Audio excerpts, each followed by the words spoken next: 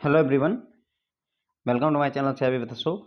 Friends, आज हम digital banking के मॉड्यूल ए में चैप्टर नंबर 2 का पार्ट 3 करेंगे। तो फ्रेंड्स, ये चैप्टर है आपका कार्ड्स के बारे में। तो 2 लेक्चर में हम कार्ड्स के बारे में काफ़ी सारी चीज़ें पढ़ चुके हैं। इस लेक्चर में भी हम इसी को कंटिन्यू करेंगे।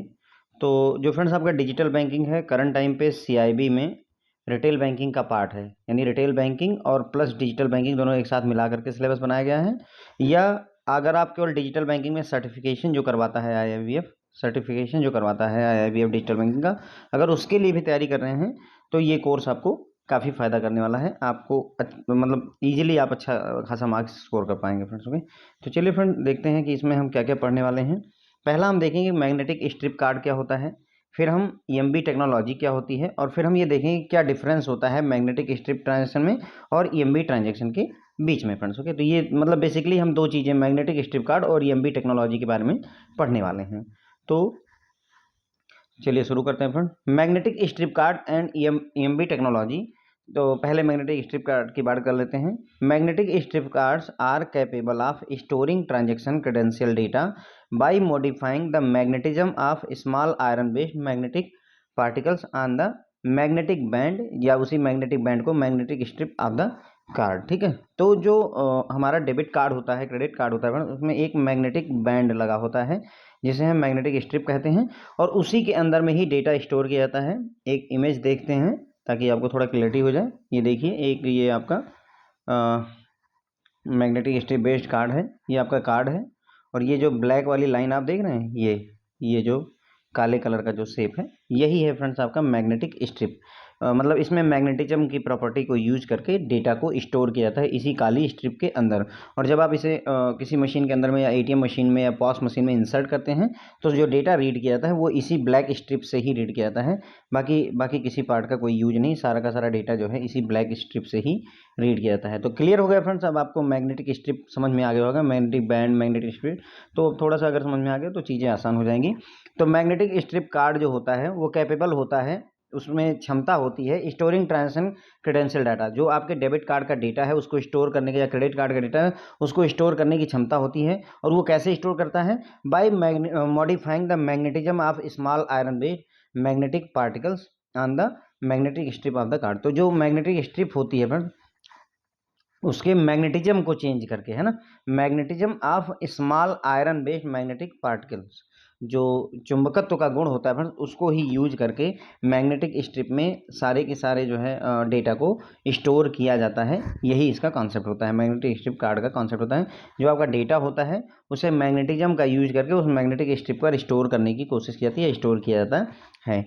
While using the card at ATM or at point of sale, POS machine पर या ATM पर, card reader reads the data stored on magnetic strip, mag strip कहेंगे या मैग्नेटिक स्ट्रिप कहेंगे, टू वैलिडेट द कार्ड। तो जब आप उसे ATM मशीन के अंदर इंसर्ट करते हैं या POS मशीन के अंदर इंसर्ट करते हैं, तो जो उसके अंदर कार्ड रीडर लगा होता है ATM मशीन के अंदर में, जब आप जहाँ पर आप कार्ड अपना इंसर्ट करते हैं फ्रेंड्स उस मशीन के अंदर में, तो जहाँ कार्ड आप इंसर्ट करते हैं वहाँ पर एक कार्ड रीडर लगा होता है। कार्ड रीडर क्यों कहते हैं? क्योंकि वो कार्ड को रीड करता है मशीन। यानी कार्ड रीडर आपके डेबिट कार्ड में है? नहीं, कार्ड रीडर आपके डेबिट कार्ड में नहीं है, उस ATM मशीन या उस POS मशीन के अंदर लगा हुआ है जहाँ पर आपका कार्ड इंसर्ट होके जाता है, वहाँ पर कार्ड रीडर होता है। और वो क्या करता है, जो डेटा स्टोर्ड रहता है आपके मैग स्ट्रिप पे, मैग स्ट्रिप का मतलब मैग्नेटिक स्ट्रिप है फ्रेंड्स। ओके, उसको रीड करता है और वैलिडेट करता है कि डेटा सही है या नहीं है। फिर आपसे वो पिन वगैरह मांगता है, अगर सब कुछ सही होता है तो ट्रांजेक्शन प्रोसेस हो जाती है। Majority of the cards in force currently are mag strip and contain 2 tracks. अभी जो ज़्यादातर कार्ड जो है यूज में है मैग स्ट्रिप, उसमें उनमें मैग स्ट्रिप वाले जो कार्ड यूज में हैं उनमें 2 ट्रैक होते हैं फ्रेंड्स, ट्रैक 1 और ट्रैक 2 कहते हैं। लेकिन कुछ कार्ड ऐसे भी हैं, फ्यू कार्ड्स में हैव 3 ट्रैक्स। ठीक है, तो कुछ कार्ड ऐसे भी बने हैं जिनमें 3 ट्रैक होता है। But card and transaction validation the same may not be used for card, लेकिन उनका यूज नहीं किया जाता है। मतलब कहने का कि ज़्यादातर जो मैग स्ट्रिप कार्ड हैं फ्रेंड्स उनमें दो ट्रैक हैं, बस इतनी सी बात याद रखनी है। कुछ कार्ड ऐसे भी है जिनमें 3 ट्रैक होते हैं, लेकिन उनको हम यूज नहीं, मतलब वो जो तीसरा ट्रैक है उसको यूज नहीं किया जाता है ट्रांजेक्शन वैलिडेट करने के लिए या कार्ड को रीड करने के लिए, उन्हें यूज नहीं किया जाता है। ठीक है, उसके बाद में ISO IEC।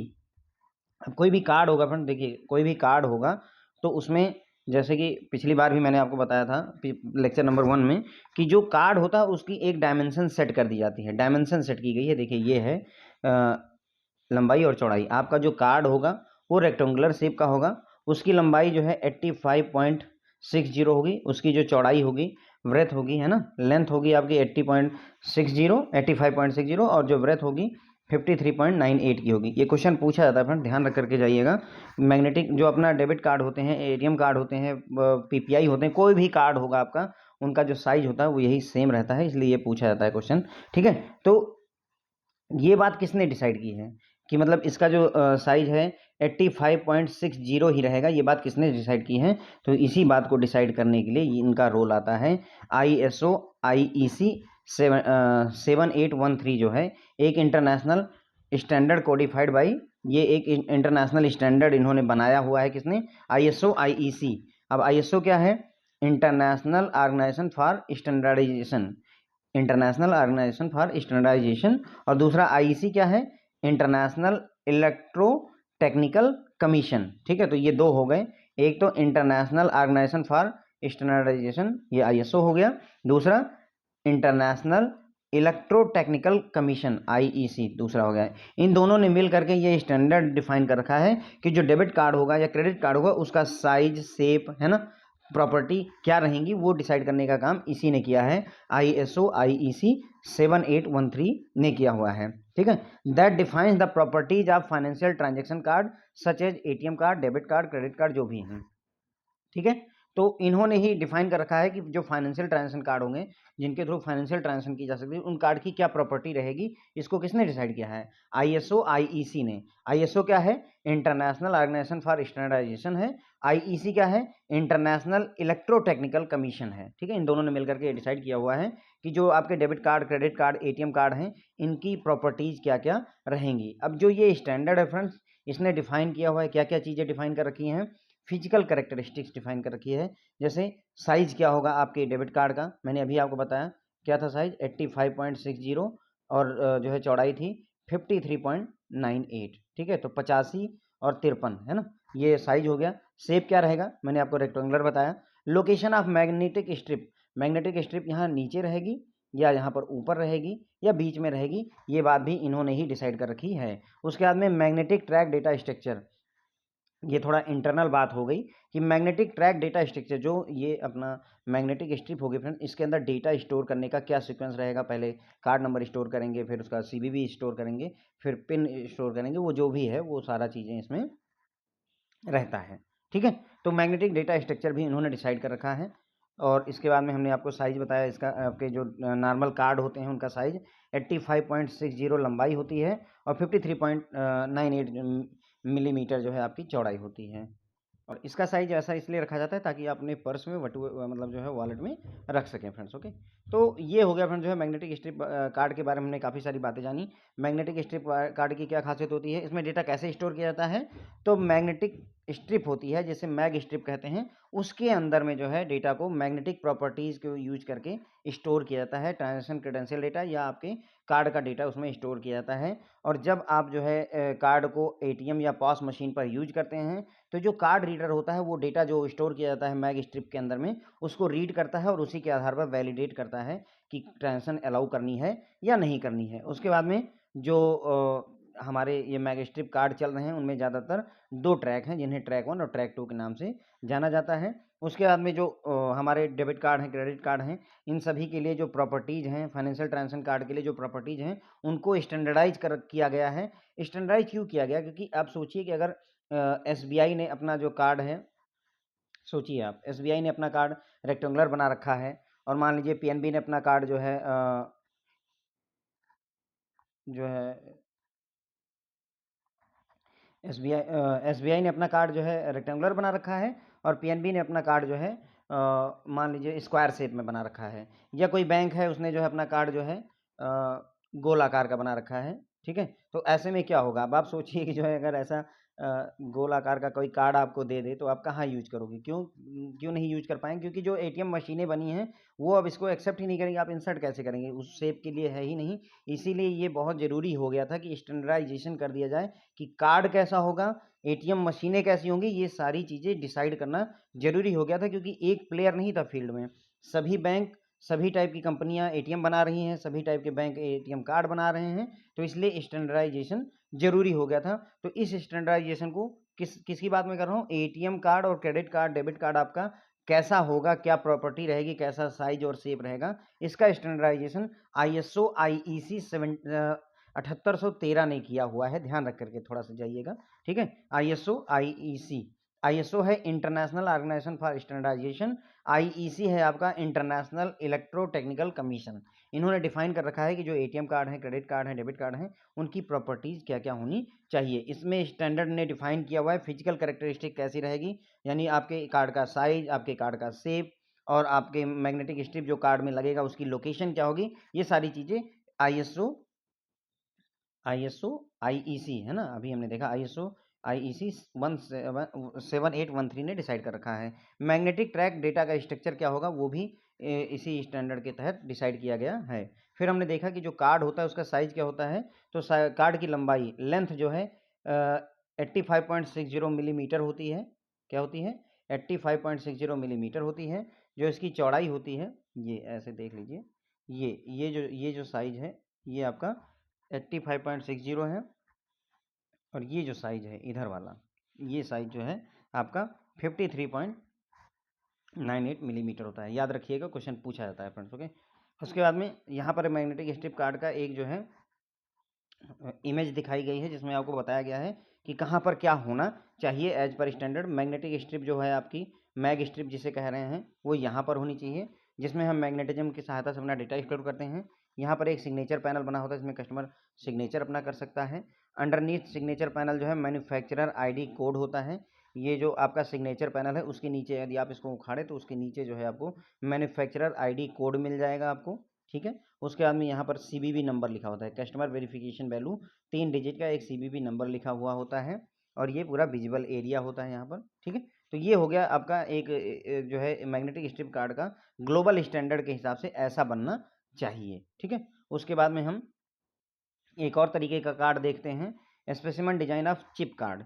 जो आपके चिप बेस्ड कार्ड होते हैं उनका जो है डिजाइनिंग देखिए। यहाँ पर क्या हो रहा था, देखिए जो डेटा था वो कहाँ स्टोर हो रहा था फ्रेंड, यहाँ पर मैग्नेटिक स्ट्रिप के अंदर हो रहा था, मैग्नेटिज्म का यूज करके। यहाँ पर इंटीग्रेटेड सर्किट आईसी का यूज किया गया है, और इस चिप के अंदर में आपका डेटा स्टोर करने की कोशिश की जाती है इस चिप के अंदर में, ठीक है।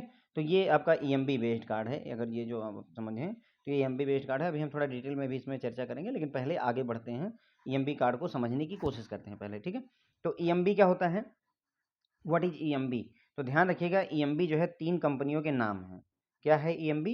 3 कंपनियों के नाम हैं। वो कौन कौन सी कंपनियां हैं? यूरोपे, दूसरा है मास्टर कार्ड, और तीसरा है वीजा, ठीक है। तो ईएमबी, यूरोपे का ई, ओके, यूरोपे का ई, मास्टर कार्ड का एम, और वीजा का वी मिला करके ही ईएमबी कार्ड बन करके आए हैं फ्रेंड्स। कोई डाउट नहीं रहना चाहिए अभी। ईएमबी का फुल फॉर्म पूछा जाता है। ईएमबी का फुल फॉर्म होता है Europay, master card and visa. 3 companies which originally created the technical standard for EMB, a method for card and POS ATM data exchange and mutual verification and POS label decision। तो मतलब ये वो 3 कंपनियां हैं जिन्होंने EMB standard को बनाया। मतलब इन 3 कंपनियों ने कोलैबोरेट किया, आपस में मिले, और इन्होंने एक ऐसा स्टैंडर्ड क्रिएट किया जिसे हम ईएमबी के नाम से जाते हैं। ईएमबी का full form Europay, master card, visa. और ये करता क्या है? अ method for card, POS, ATM data exchange. आपके कार्ड और पॉस के बीच में, आपके कार्ड और एटीएम के बीच में जो डेटा एक्सचेंज होता है और उसका म्यूचुअल वेरिफिकेशन होता है, उसका मेथड डेवलप किया था किसने? ईएमबी ने, ठीक है। And POS level decision. तो मतलब कहने का ये हुआ कि पहले जो कार्ड चलते थे वो दूसरे मेथड से चलते थे। अभी क्या है कि जो पॉस मशीन है या जो एटीएम मशीन है उनके और कार्ड के बीच में डेटा एक्सचेंज होता है और उनका म्यूचुअल वेरिफिकेशन किया जाता है। आगे जब हम और आगे लेक्चर पढ़ेंगे तो ये पूरा कॉन्सेप्ट हम समझेंगे फ्रेंड्स। 6-7 स्टेप होते हैं, कैसे कैसे बढ़ता है वो पूरा प्रोसेस समझेंगे। अभी के लिए थोड़ा सा समझने की केवल कोशिश कीजिए कि जो ईएमबी होता है, पहली बात वो यूरोपे, मास्टर कार्ड और वीजा, ये 3 कंपनियां था जिन्होंने ये स्टैंडर्ड डेवलप किया। ईएमबी स्टैंडर्ड डेवलप किया, created the technical standard for, इन्होंने टेक्निकल स्टैंडर्ड क्रिएट किया for EMV. A method for card और पॉस के बीच में, कार्ड और एटीएम के बीच में डाटा एक्सचेंज कैसे होगा, उनका म्यूचुअल वेरिफिकेशन कैसे होगा, इन सभी के लिए टेक्निकल स्टैंडर्ड तैयार करने का काम किया था ईएमबी ने। What is EMB? ये 3 कंपनियों के नाम हैं। कार्ड एंड टर्मिनल्स या ATM which accept EMB cards are known as EMB compliant. तो ऐसे कार्ड और ऐसे टर्मिनल है ना, या एटीएम मशीनें जो कि ईएमबी कार्ड को एक्सेप्ट करती हैं फ्रेंड्स, उन्हें ईएमबी कंप्लायंट कहा जाएगा। मतलब वो ईएमबी टेक्नोलॉजी को कंप्लाई कर रही हैं, हम ऐसा कह सकते हैं। और जो नहीं करते हैं उनको नहीं कहा जाएगा। While magnetic strip card store data credential, store credential data on magnetic strip. देखिए मैग्नेटिक, अभी हमने पहला लेक्चर मतलब पहला पार्ट जो देखा था इसमें, उसमें मैग्नेटिक स्ट्रिप कार्ड की ही तो बात की। तो जो मैग स्ट्रिप कार्ड होते हैं वो डेटा स्टोर करते हैं कहाँ पर? मैग्नेटिक स्ट्रिप में। मैग्नेटिक स्ट्रिप कार्ड जो होते हैं फ्रेंड्स, वो डेटा कहाँ स्टोर करते हैं? आपका क्रेडेंशियल डेटा कहाँ स्टोर करते हैं? मैग्नेटिक स्ट्रिप के अंदर, या मैग स्ट्रिप जिसे कहा गया। जबकि जो चिप कार्ड या स्मार्ट कार्ड होते हैं वो स्टोर करते हैं डेटा आईसी चिप के अंदर में। जो हमारे ईएमबी कार्ड होंगे, चिप कार्ड या स्मार्ट कार्ड जिन्हें हम कहेंगे, वो स्टोर करते हैं डेटा कहाँ? आईसी, इंटीग्रेटेड सर्किट चिप के अंदर में। तो मतलब हम ये समझ लें कि जो मैग्नेटिक स्ट्रिप कार्ड होता है उसमें डेटा मैग्नेटिक स्ट्रिप में सेव किया जाता है। जो हमारे ईएमबी कार्ड होते हैं उनमें आईसी चिप के अंदर में, या हम इंटीग्रेटेड सर्किट ना कहें, सिंपल चिप कह दें, तो चिप के अंदर में यहाँ पर डेटा स्टोर होता है। अब ये पिक्चर देखिए, तो यहाँ पर देखिए डेटा कहाँ स्टोर हो रहा है? मैग्नेटिक स्ट्रिप के अंदर में। दूसरे वाले में डेटा कहाँ स्टोर हो रहा है? इस चिप के अंदर में। हम सिंपल लैंग्वेज में कहेंगे कि चिप के अंदर में हम डेटा यहाँ पर स्टोर करते हैं। ओके, क्लियर हो गई बात यहाँ पर। ईएमबी रिक्वायर्स अ चिप, ध्यान रखेंगे कि यूरो पे, मास्टर कार्ड, वीजा, ईएमबी जो होता है इट रिक्वायर्स अ चिप, इसके लिए ईएमबी के लिए चिप का होना अनिवार्य है। क्लियर हो गई बात। ईएमबी के लिए हमें चिप का होना जरूरी हो जाता है। So there can be non EMV chip card but not an EMV magnetic strip card. ठीक है, तो ये कह रहे हैं कि किसी भी जो ईएमबी है, ईएमबी होने के लिए चिप का होना अनिवार्य है। तो क्या नॉन ईएमबी चिप कार्ड हो सकते हैं? बिल्कुल हो सकते हैं। मतलब चिप तो लगी हुई है लेकिन उसमें ईएमबी का रूल फॉलो नहीं हो सकता है, तो ये पॉसिबल है। लेकिन क्या एक नॉट एन ईएमबी मैग्नेटिक, क्या एक ईएमबी मैग्नेटिक कार्ड हो सकता है? ईएमबी को फॉलो करने वाला मैग्नेटिक कार्ड हो सकता है? नहीं हो सकता। क्यों? क्योंकि जो मैग्नेटिक कार्ड होते हैं फ्रेंड्स, उनमें आप डेटा मैग्नेट के थ्रू मैग्नेटिक स्ट्रिप में स्टोर करते हैं, जबकि ईएमबी के लिए चिप का होना अनिवार्य है। क्या मैग्नेटिक स्ट्रिप कार्ड में चिप है? नहीं है, तो बात खत्म हो गई। अगर मैग्नेटिक स्ट्रिप में चिप नहीं है तो वो ईएमबी बेस्ड कैसे होगा? तो यही बात यहाँ पर कही गई। अब ये थोड़ा सा मतलब कंफ्यूज करने की लैंग्वेज है, एग्जाम में क्वेश्चन में पूछ सकते हैं कि क्या EMB based magnetic strip card हो सकते हैं? नहीं हो सकते हैं। क्यों नहीं हो सकते हैं? क्योंकि जो मैग्नेटिक कार्ड होते हैं फ्रेंड्स, उनमें चिप नहीं लगी होती, और ईएमबी के लिए सबसे पहली जरूरत होती है चिप का होना। ओके, अच्छा, ईएमबी जो कार्ड होते हैं, अब वो जो है जो चिप वाले कार्ड होते हैं फ्रेंड्स, जो चिप बेस्ड कार्ड है, मान लीजिए कोई चिप कार्ड है, तो वो दो तरीके के हो सकते हैं। एक जो ईएमबी को फॉलो करते हैं, एक जो ईएमबी को नहीं फॉलो करते हैं, नॉन ईएमबी। ये पॉसिबल है। चिप तो लगी हुई है, हो सकता है वो ईएमबी को फॉलो करे, हो सकता है उसको ईएमबी को ना फॉलो करे। इट इज पॉसिबल है ना। चिप वाले ईएमबी बेस्ड भी हो सकते हैं, नॉन ईएमबी बेस्ड भी हो सकते हैं, यही बात यहाँ पर लिखी हुई है। लेकिन जो आपके मैग्नेटिक स्ट्रिप कार्ड हैं वो आपके ईएमबी बेस्ड नहीं हो सकते।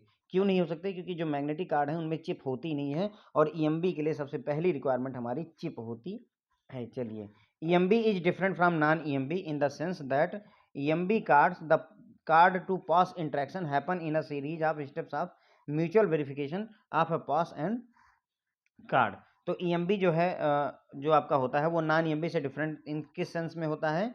जो EMV in EMV card the card to POS interaction, जो कार्ड होता है और जो पॉस मशीन होती है, जो एटीएम होता है, उसके बीच जो इंट्रैक्शन होता है फ्रेंड, अभी हम और आगे पढ़ेंगे तो यहाँ और चीज़ें क्लियर होंगी। जो पास और कार्ड के बीच में जो इंट्रैक्शन होता है, एक दूसरे से इंटरेक्ट करते हैं, happens in a series of steps of mutual verification. ठीक है, तो यहाँ पर सीरीज ऑफ स्टेप्स होते हैं म्यूचुअल वेरिफिकेशन के, जिसके थ्रू इंट्रैक्शन होता है। ठीक है, तो ईएमबी जो है नॉन ईएमबी से इसी सेंस में डिफरेंट होता है। नॉन ईएमबी में ये कॉन्सेप्ट नहीं यूज होता है। ईएमबी में क्या होता है, जो कार्ड है और जो एटीएम मशीन है उनके बीच में इंट्रैक्शन तो होता है, लेकिन वो जो है एक सीरीज ऑफ स्टेप्स होते हैं जिनके थ्रू इनमें म्यूचुअल वेरिफिकेशन होता है। ठीक है, तो ये हो गया फ्रेंड्स हमारा। मोर ओवर, अब यहाँ पर क्रिप्टो स्टैंडर्ड की हम बात करेंगे। ठीक है, तो हमने ये समझ लिया फ्रेंड्स, ईएमबी आपको क्लियर हो गया होगा मेरे ख्याल से लेक्चर थोड़े बड़े हो जाते हैं फ्रेंड्स, लेकिन कोशिश यही रहती है कि आपको थोड़ा सा चीज़ें एक बार पढ़ लीजिए तो दोबारा जो है ज़्यादा परेशान होने की जरूरत ना पड़े।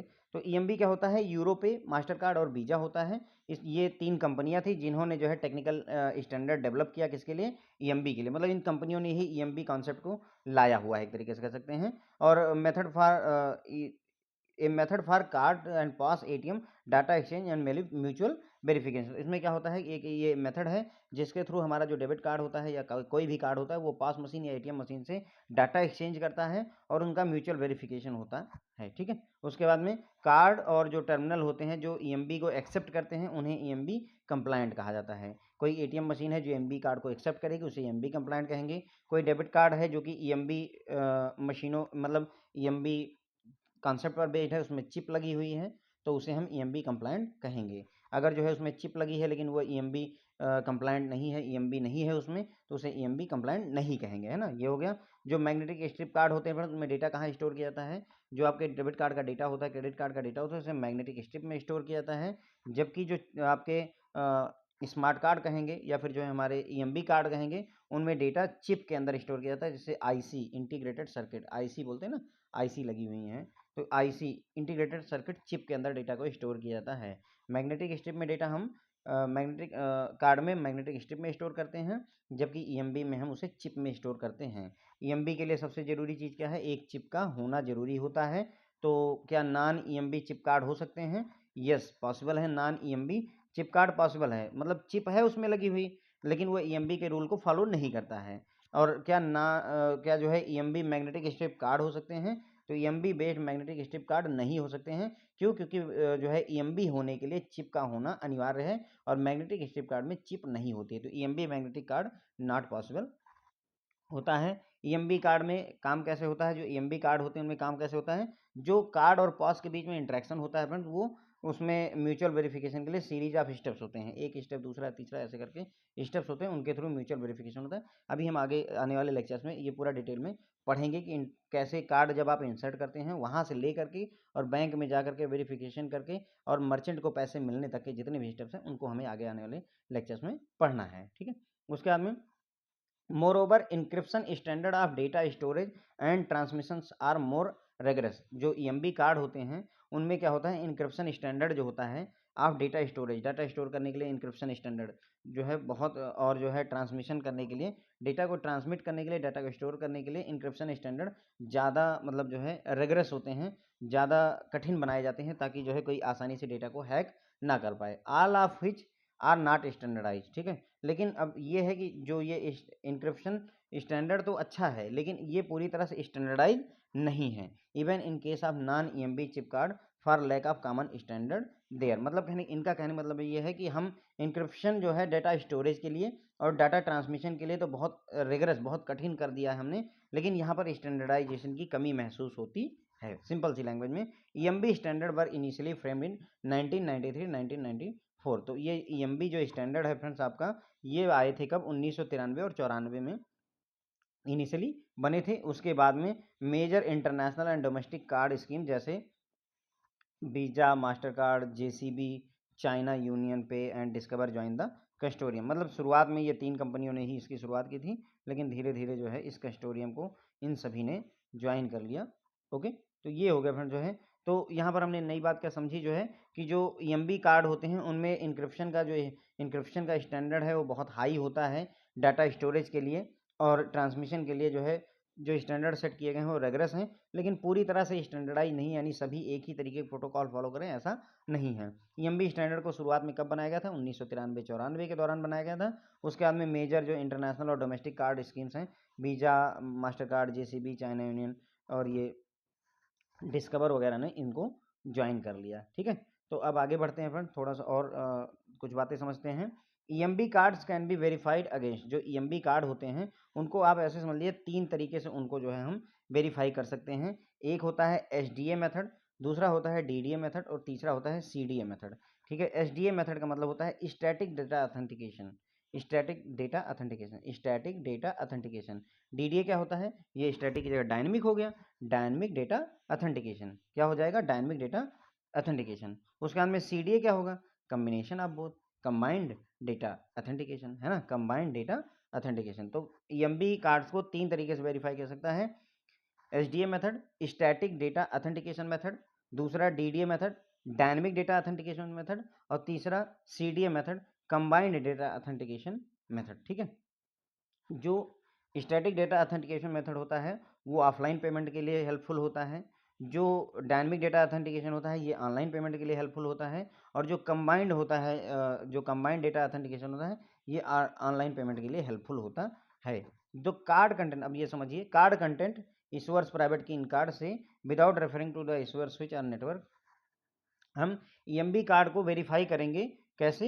Without referring to issuer switch और नेटवर्क स्विच। ठीक है, तो जो इशूअर जिसने भी इशू किया है उसके स्विच को रेफर किए बगैर अगर हम कार्ड के कंटेंट को वेरीफाई कर पा रहे हैं तो उसे हम कहेंगे स्टैटिक डेटा ऑथेंटिकेशन, और इससे ऑफलाइन पेमेंट्स होती हैं। ओके, उसके बाद में अगर हम इशूअर स्विच लेबल रेफरेंस ले करके और अपना ईएमबी कार्ड को वेरीफाई कर रहे हैं तो उसे हम डायनेमिक डेटा ऑथेंटिकेशन कहते हैं। और अगर यही सेम काम इसमें भी होगा, इशूअर लेबल स्विच रेफरेंस लेकर के ही कंबाइंड डेटा ऑथेंटिकेशन को किया जाता है। थोड़ी बहुत बात समझ में आई होगी, थोड़ी बहुत नहीं समझ में आई होगी, फिर से देखते हैं तो थोड़ा और क्लियर होगा। जो ईएमबी कार्ड हैं उनको उनका जो कंटेंट है उसको वेरीफाई करने के 3 तरीके हैं, एसडीए मेथड से, डीडीए मेथड से और सीडीए मेथड से। तीनों के फुल फॉर्म हमने समझ लिए, static data authentication, dynamic data authentication और कंबाइंड डेटा ऑथेंटिकेशन। डिफरेंस क्या होता है? ईएमबी कार्ड के कंटेंट को वेरीफाई करने के लिए अगर आपने इशूअर के स्विच को, जिस जिस बैंक ने इशू किया उसके स्विच को ना टच करें, वहां तक ना जाएं, और फिर भी डेटा को अगर आप वेरीफाई कर पा रहे हैं तो उसे स्टैटिक डाटा ऑथेंटिकेशन कहते हैं, और ये ऑफलाइन पेमेंट के काम आता है। ऑफलाइन पेमेंट में क्या होता है? स्टार 99 हैश, अगर आप देखो स्टार 99 हैश जो फैसिलिटी होती है उसमें क्या होता है, मतलब कस्टमर का पैसा जो है, एक तरीके से यूँ समझ लीजिए कि कोई कस्टमर पेमेंट करने आया और गांव में नेटवर्क नहीं है, फिर भी पेमेंट अगर हो पा रही है तो वहाँ एसडीए मेथड फॉलो हो रहा है। फिर जब नेटवर्क आएगा तो वो डायनेमिकली वेरीफाई करेगा, लेकिन अभी बेसिक लेवल पर वो इशूअर के स्विच को जो है रेफर नहीं कर रहा होता है। तो ये एसडीए मेथड हो गया, ये ऑफलाइन पेमेंट के काम आएगा। अगर हम इशूअर के स्विच को जो है रेफरेंस ले रहे हैं, वहाँ पहुँच करके डेटा को वेरीफाई कर रहे हैं तो उसे डीडीए कहेंगे, और सेम काम जो है आपका सीडीए के केस में भी होता है। तो ये ईएमबी कार्ड को वेरीफाई करने के कुल मिलाकर के 3 मेथड, एसडीए, सीडीए और डीडीए, इनका फुल फॉर्म याद रखिएगा फ्रेंड्स। ओके, आल्सो अब एक बार आपने कंटेंट को वेरीफाई कर लिया तो फर्दर भी ऑप्शन है आपका। कंटेंट वेरिफिकेशन का मतलब ये हुआ कि आपने कार्ड को इंसर्ट किया, कार्ड अंदर गया, उसके बाद में उसको वेरीफाई किया गया कि कार्ड सही है या नहीं है। Okay, also after this verification there is a configurable portion of card holder verification. अब इसके बाद में बैंक चाहे तो उसमें फर्दर कॉन्फ़िगरेशन हो सकता है कि कुछ सिक्योरिटी और लगाई जाए। जो आपने कार्ड एटीएम के अंदर डाला और कार्ड वेरीफाई हो गया कि हाँ सब कुछ ठीक है, उसके बावजूद भी तुरंत ही पैसा नहीं निकल जाता है। कार्ड होल्डर को वेरिफिकेशन के लिए ऑप्शन दिया सकता है, वो अपने पिन से वेरीफाई कर सकता है, सिग्नेचर से वेरीफाई कर सकता है, या आस्किंग नो वेरिफिकेशन, या ये भी पॉसिबल है कि कोई वेरिफिकेशन ही ना मांगे। तो मतलब आप समझिए, जो आप अभी पिन डालते हैं वहाँ उसकी जगह सिग्नेचर भी हो सकता है, या फिर ऐसा भी पॉसिबल है कि कोई वेरिफिकेशन का पिन ही ना मांगे आपसे। ठीक है, this lead to possibility of more secure variety of chip and pin. अब आपके पास ऑप्शन क्या क्या हो गया?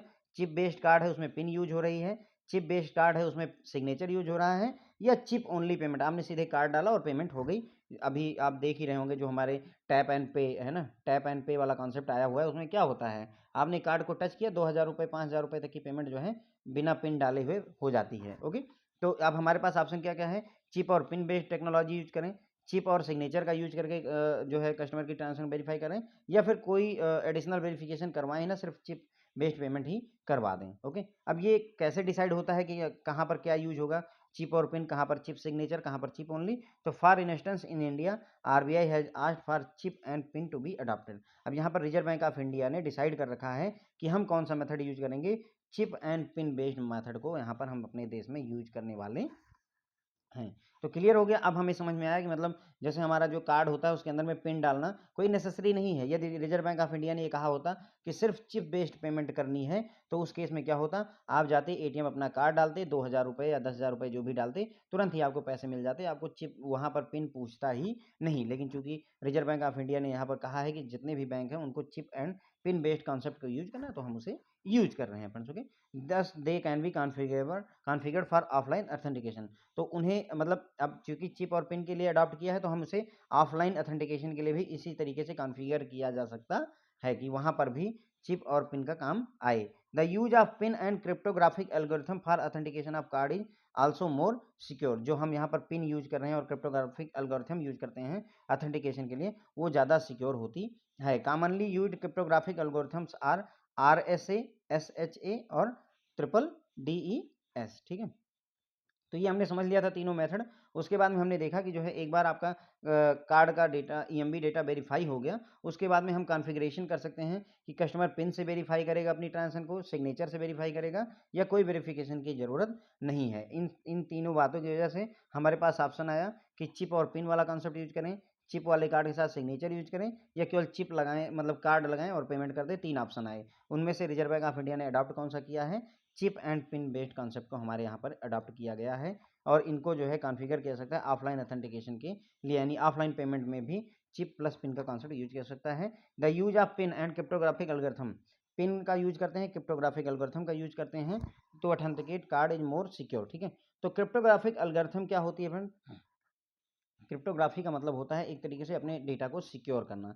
ठीक है, और जो कॉमनली यूज जो है एल्गोरिथम है वो है RSA, SHA और ट्रिपल DES। अब इन तीनों के बारे में थोड़ा थोड़ा सा हम यहाँ पर जान लेंगे, बुक में नहीं दे रखा है लेकिन हम थोड़ा थोड़ा सा जान लेंगे तो अच्छा रहेगा हमारे लिए, ताकि थोड़ा सा कॉन्सेप्ट जो है अच्छे से बन जाए। देखिए यहाँ पर क्रिप्टोग्राफिक एल्गोरिथम की मैं बात कर रहा हूँ, तो क्रिप्टोग्राफी होती क्या है ये चीज़ थोड़ा सा समझ लेंगे तो चीज़ें बहुत अच्छी रहेंगी। जैसे मान लीजिए अभी रूस और यूक्रेन के बीच में वार वाली स्थिति है, तो ऐसे में क्या है कि अगर मान लीजिए मैं ये कोई ये लिख करके देता है मिसाइल लॉन्च। ठीक है, तो अगर कोई मिसाइल लॉन्च लिख करके देता है तो क्या है कि इस मैसेज को तो कोई भी रीड कर सकता है ना, मिसाइल लॉन्च लिखा हुआ है, ऑब्वियसली एनीवन कैन रीड। तो ये ज़्यादा सिक्योर मेथड नहीं है। तो बेहतर क्या रहेगा, अगर हम कुछ कोडिंग कर दें MI, जैसे मान लीजिए जो है आपको, मेरा नाम है अशोक। ठीक है, आपको मेरा नाम कहीं पर भेजना है, लेकिन आप ये चाहते हैं कि हमारा ये जो नाम है कोई समझ ना पाए या पढ़ ना पाए, तो आप क्या करोगे, एक जो है टेक्निक यूज करिए। क्या करिए, जैसे अब जो भी आपको यूज करना है, जो A अक्षर है उसमें एक बाद वाला अक्षर लिख दीजिए, तो A के बाद B आता है। उसी तरीके से S के बाद में S के बाद T आता है, H के बाद में I आता है ना, P आता है, और K के बाद में L आता है। तो आप क्या करोगे, अशोक ना भेज करके BTIPL भेजेंगे। तो आपने क्या भेजा, BTIPL। अब क्या हुआ, ये एक तरीके से आपने इसकी कोडिंग कर दी, इनक्रिप्शन कर दिया। अब अगर कोई BTIPL देखेगा तो उसके लिए ये थोड़ा आसान नहीं होगा कि इसमें क्या लिखा है, अशोक लिखा हुआ है या क्या लिखा हुआ है। तो ये चीज़ होती है, यानी आपका जो डेटा है उसको छुपा देना। ये पहले की टेक्नोलॉजी है फ्रेंड। पहले लोग जो कम्युनिकेशन करते थे युद्ध वगैरह के समय पे, या वैसे नॉर्मल टाइम में भी, तो वो क्या करते थे, इनक्रिप्शन कर देते थे, अपना डेटा जो है हाइड कर देते थे। या कई बार क्या होता है कि जैसे मेरे पास में मैकमिलन की बुक है और आपके पास मैकमिलन की बुक है, मैंने कहा कि 426 नंबर पेज पे लाइन नंबर 6 का चौथा शब्द है ना, लाइन नंबर 6 का चौथा शब्द लीजिए, लाइन नंबर 18 का 5वां शब्द लीजिए। इस तरीके से मैं आपको लिख करके दे दूं।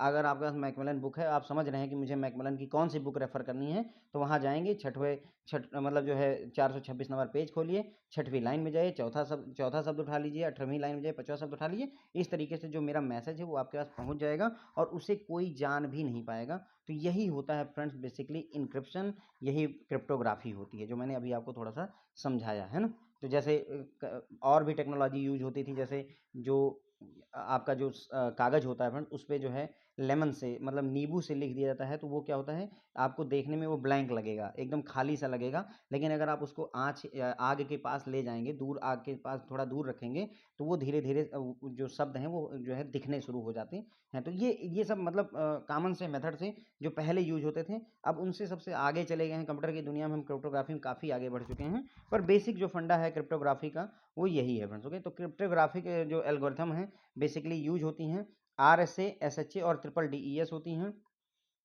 RSA algorithm is asymmetric cryptographic algorithm. ज़्यादा इसमें दिमाग नहीं लगाइए, जो समझ में आए समझिए, नहीं तो छोड़ दीजिए। तो RSA this mean that this usage a public की एंड प्राइवेट की। तो RSA एल्गोरिथम में सिंपल हम जाने तो यहाँ 2 की होती है, एक पब्लिक की होती है जो सबको पता होती है, एक प्राइवेट की होती है जो किसी पर्टिकुलर पर्सन को पता होती है। 2 डिफरेंट मैथमेटिकली लिंक्ड की होती हैं। ये 2 की होती हैं। की का मतलब कोई चाबी नहीं होती फिजिकली, ये नंबर्स होते हैं, 1 2 3 4 यहाँ लिखा रहेगा, 6 8 9 5 यहाँ लिखा रहेगा। तो इस तरीके से 2 की होती हैं, एक पब्लिक की और एक प्राइवेट की, जो एक दूसरे से लिंक रहती हैं। उसके बाद में as their name suggest, public key जो है पब्लिकली शेयर की जाती है, जबकि प्राइवेट की सीक्रेट होती है और किसी के साथ शेयर नहीं की जानी चाहिए फ्रेंड्स। ओके, तो इस तरीके से ये कॉन्सेप्ट काम करता है। RSA algorithm is named after those who invented in 1978। तो आरएसए एल्गोरिथम जो है ये 3 लोगों के फर्स्ट नेम हैं, ठीक है। ये देखिए यहाँ पर रॉन, आदि एंड लियोनार्ड, ठीक है। तो आरएसए, रॉन का आर, आदि का ए और लियोनार्ड, सॉरी ये समीर का एस लिया हुआ है इन्होंने, और लियोनार्ड एडलमैन का ए लिया हुआ है। तो इन तीनों के नाम के आधार पर फ्रेंड्स जो है यहाँ पर ये आर, एस और ए किया हुआ है इस एल्गोरिथम का नाम। मतलब ऐसे ही थोड़ा सा जानकारी रख लेना जरूरी होता है, क्योंकि चीज़ें तभी होल्ड करती हैं जब आप उसके बारे में जानें। एसएचए क्या होता है? Secure hashing algorithm. एसएचए क्या होता है? सिक्योर हैशिंग एल्गोरिथम होता है। एसएचए का फुल फॉर्म ध्यान रखिएगा, सिक्योर हैशिंग एल्गोरिथम होता है। ट्रिपल डीईएस क्या होता है? Triple data encryption algorithm, alternatively referred as triple DES, data encryption standard. तो ट्रिपल डीईएस क्या होता है? Data encryption algorithm, data encryption algorithm होता है। ये सभी जो है डेटा को हाइड करने के तरीके होते हैं फ्रेंड्स। ओके, तो हमने ये जान लिया कि जो अपना एल्गोरिथम यहाँ पर जो हम पिन और क्रिप्टोग्राफिक एल्गोरिथम यूज करते हैं, वो इससे हमें हमारे कार्ड को और ज़्यादा सिक्योर बनाती हैं। सिक्योर बनाने का मैंने आपको, क्रिप्टोग्राफिक क्या होती है वो मैंने बताया। कॉमनली यूज जो क्रिप्टोग्राफिक एल्गोरिथम है आरएसए है, एसएचए है और ट्रिपल डीईएस है। इनका फुल फॉर्म याद रखिएगा। आरएसए का फुल फॉर्म तो उनके तीनों के नाम के आधार पर है, तो याद रखने की जरूरत नहीं है। एसएचए का फुल फॉर्म होता है सिक्योर हैशिंग एल्गोरिथम, और ट्रिपल डीईएस का फुल फॉर्म होता है data encryption, triple data encryption algorithm. अब बात करेंगे हम फ्रेंड्स यहाँ पर थोड़ा और डिटेल में जाएंगे क्रिप्टोग्राम की। क्रिप्टोग्राम ईएमबी में ये कॉन्सेप्ट यूज होता है, जो अपने मैग्नेटिक स्ट्रिप कार्ड थे उनमें ये सब कॉन्सेप्ट नहीं यूज होता था, ठीक है। क्रिप्टो इंजन इन कार्ड, आपके कार्ड में एक क्रिप्टो इंजन होता है फ्रेंड। क्रिप्टोग्राफी अभी समझ में आ रहा हो ना, क्रिप्टोग्राम, क्रिप्टो इंजन, ये सारी बातें, मतलब ये डेटा को हाइड करने के एक तरीके हैं फ्रेंड्स। ओके, तो क्रिप्टो इंजन जो आपके कार्ड में होता है वो क्रिएट करता है वन टाइम यूज क्रिप्टोग्राम, मतलब एक क्रिप्टोग्राम बनाता है जो कि सिर्फ एक बार यूज हो सकता है। Which carries a unique digital signature, उसके अंदर में एक यूनिक डिजिटल सिग्नेचर होता है। Based on information on card, उस कार्ड में जो इन्फॉर्मेशन होती है उसके आधार पर वो एक जो है यूनिक डिजिटल सिग्नेचर बनाता है और उसको भेज दिया जाता है, इस क्रिप्टोग्राम को भेज दिया जाता है through out the inbound and outbound trip. Inbound मतलब गया, आउटबाउंड मतलब वापस आया। इस पूरी ट्रिप के दौरान बोथ द मर्चेंट एक्वायरर, जो मर्चेंट एक्वायरर है, और जो पेमेंट ब्रांड है, जो नेटवर्क है, मतलब Visa, Mastercard, authenticate the EMV cryptogram. इस ईएमबी क्रिप्टोग्राम को वो अथेंटिकेट करते हैं, मतलब ये देखते हैं कि वो सही है या नहीं है। If cryptogram is cleared as valid request, अगर जो क्रिप्टोग्राम आया है और सही है तो it is sent back to the terminal, तो इसे वापस एटीएम मशीन टर्मिनल पास के पास भेज देता है और ट्रांजेक्शन कंप्लीट हो जाती है। अगर जो है ये इनवैलिड रिक्वेस्ट होती है तो उसे कैंसिल मार दिया जाता है।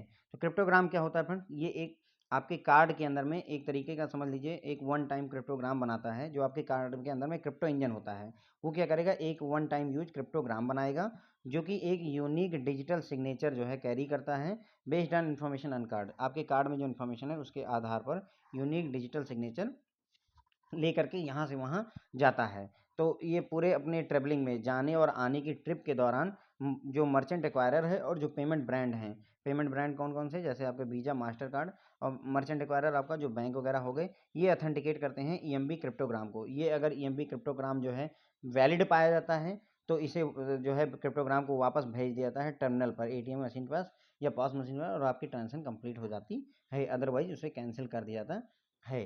कॉन्टैक्ट एंड कॉन्टैक्टलेस ट्रांजेक्शन क्या होती हैं? तो कॉन्टैक्ट मतलब होता है जिसमें कार्ड को इंसर्ट किया जाता है।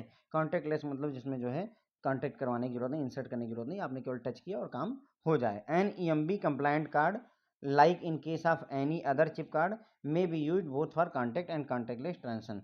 तो जो ईएमबी कंप्लायंट कार्ड होते हैं फ्रेंड, ईएमबी कंप्लायंट कार्ड का मतलब आप समझ गए होंगे, जिनमें ईएमबी टेक्नोलॉजी अवेलेबल हो, ठीक है। तो ईएमबी कंप्लायंट कार्ड जो होते हैं उनको कॉन्टैक्ट और कॉन्टैक्टलेस ट्रांजेक्शन दोनों के पर्पज से यूज किया जा सकता है। A contact transaction means the card must remain inserted into card reader. जो कॉन्टैक्ट ट्रांजेक्शन होती है उनका मतलब होता है कि इसमें कार्ड जो है कार्ड रीडर के अंदर में इंसर्टेड रहना चाहिए, that is terminal during the transaction. Transaction के दौरान जो आपका कार्ड है वो कार्ड रीडर के अंदर में इंसर्टेड रहना चाहिए, तो उसे जो है हम कॉन्टैक्ट ट्रांजैक्शन कहेंगे। चाहे पॉस मशीन हो, चाहे एटीएम मशीन हो, उसके अंदर में आपको कार्ड रीडर में कार्ड को इंसर्ट करके रखना पड़ता है, तो ऐसी ट्रांजैक्शन को कॉन्टैक्ट ट्रांजैक्शन कहेंगे।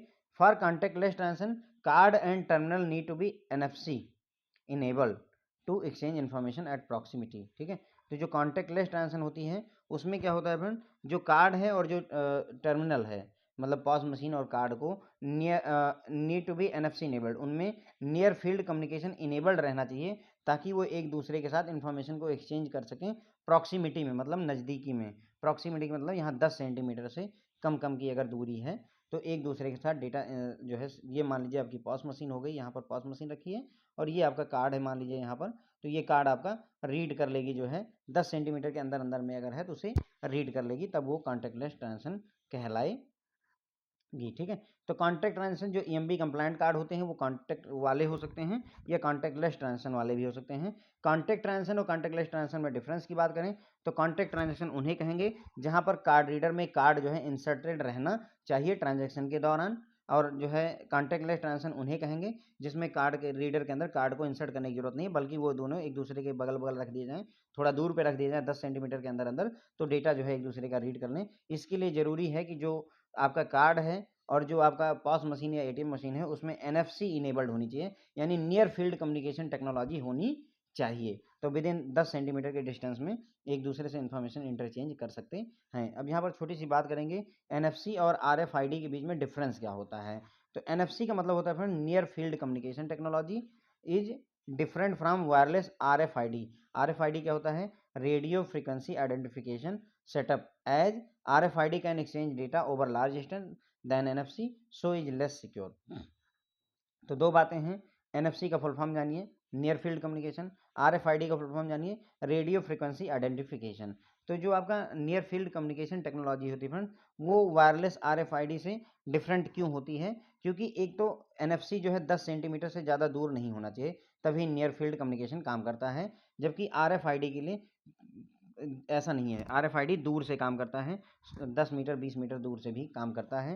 पहला डिफरेंस हो गया। अब चूंकि दूरी से काम करता है RFID, तो ये लेस सिक्योर भी हो जाता है, क्योंकि अगर मतलब कोई 10 सेंटीमीटर से हैक करने की कोशिश करेगा और कोई 10 मीटर से हैक करने की कोशिश करेगा, तो दोनों में डिफरेंस आ जाता है। तो इसलिए जो आपका RFID होता है लेस सिक्योर होता है, लॉन्ग डिस्टेंस में होता है, ये लॉन्ग डिस्टेंस में काम करता है और लेस सिक्योर होता है। NFC क्या होता है, नियर फील्ड कम्युनिकेशन, ये लेस डिस्टेंस में काम करता है लेकिन मोर सिक्योर होता है, मतलब 10 सेंटीमीटर के अंदर अंदर काम करता है लेकिन ज़्यादा सिक्योर होता है। ये बात हो गई। अब यहाँ पर हम बात करेंगे जो मैग्नेटिक स्ट्रिप ट्रांजैक्शन होती है और EMB ट्रांजैक्शन होती है, उनके बीच में डिफरेंस की हम बात करेंगे।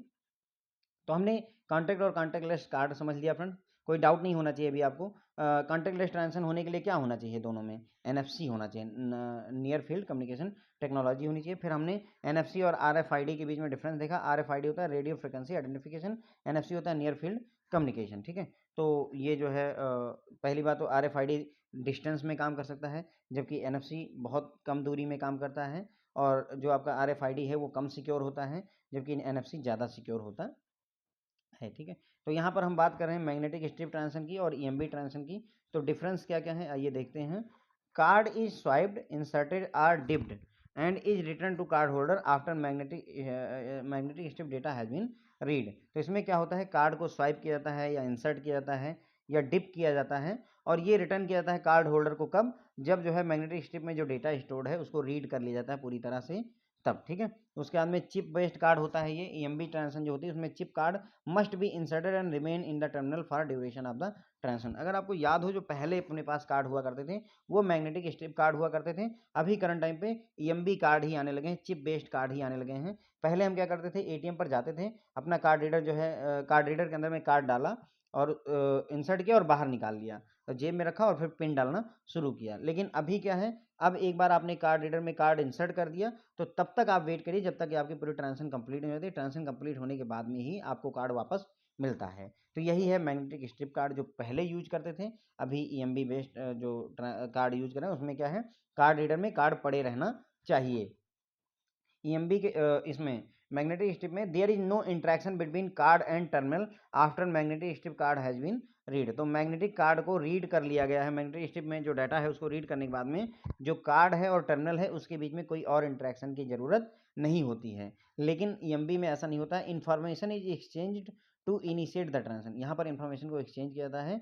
This is being chip card. Chip card होने की वजह से इनमें डेटा को एक्सचेंज किया जाता है। इवन आफ्टर जो है डेटा मतलब जो है कार्ड को इंसर्ट करने के बाद में भी उसमें डेटा मतलब एक्सचेंज होता रहता है।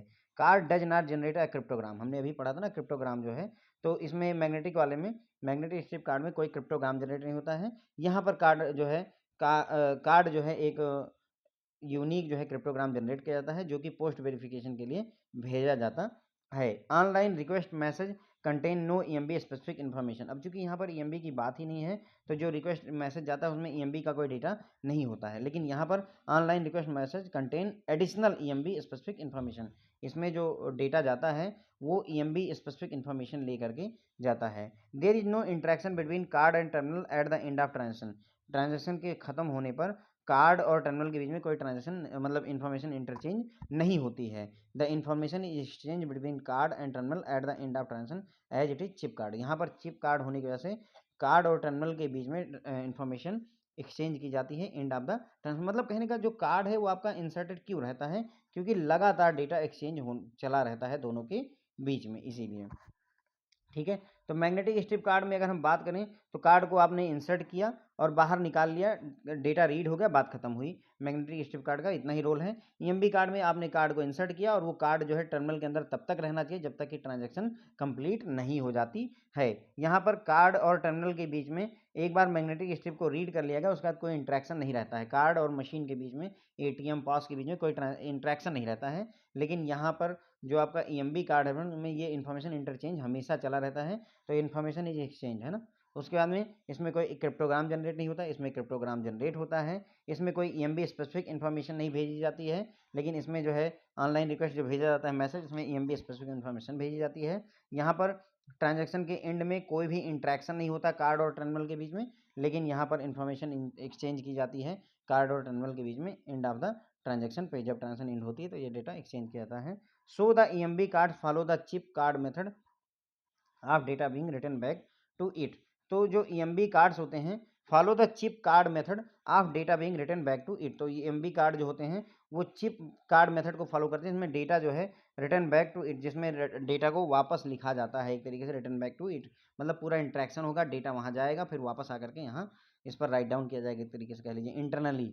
And additionally does a EMV specific initial handshake with terminal. इसमें क्या होता है, ईएमबी स्पेसिफिक इनिशियल हैंडशेक होता है, टर्मिनल के साथ में एक तरीके से हाथ मिलाया जाता है। And N EMB specific encryption भी होता है। तो जो ईएमबी कार्ड्स होते हैं पर उसमें कई सारी चीज़ें ऐसी होती हैं जो कि मैग्नेटिक स्ट्रिप कार्ड में होती ही नहीं थी। पहला तो ये कि चिप कार्ड मेथड यूज किया जाता है, इसमें data return back to it लिखा जाता है। And additionally does EMV specific initial handshake. Initially एक हैंडशेक प्रोग्राम चलाया जाता है। हैंडशेक मतलब यहाँ पर लिटरली जो वो होता है हाथ मिलाना नहीं होता है। हैंडशेक कंप्यूटर की लैंग्वेज में आप समझ लीजिए कि एक दूसरे के साथ में एक तरीके से पहले कनेक्शन इस्टेब्लिश करते हैं तब आगे बढ़ते हैं। एंड ईएमबी स्पेसिफिक इंक्रिप्शन भी यहाँ पर किया जाता है फ्रेंड्स। ओके, तो ये हो गया फ्रेंड जो है जो हमारा मैग्नेटिक स्ट्रिप ट्रांजेक्शन है और ईएमबी ट्रांजेक्शन के बीच में डिफरेंस। और इसी के साथ में हमारा ये लेक्चर यहाँ पर खत्म होता है। Thank you so much.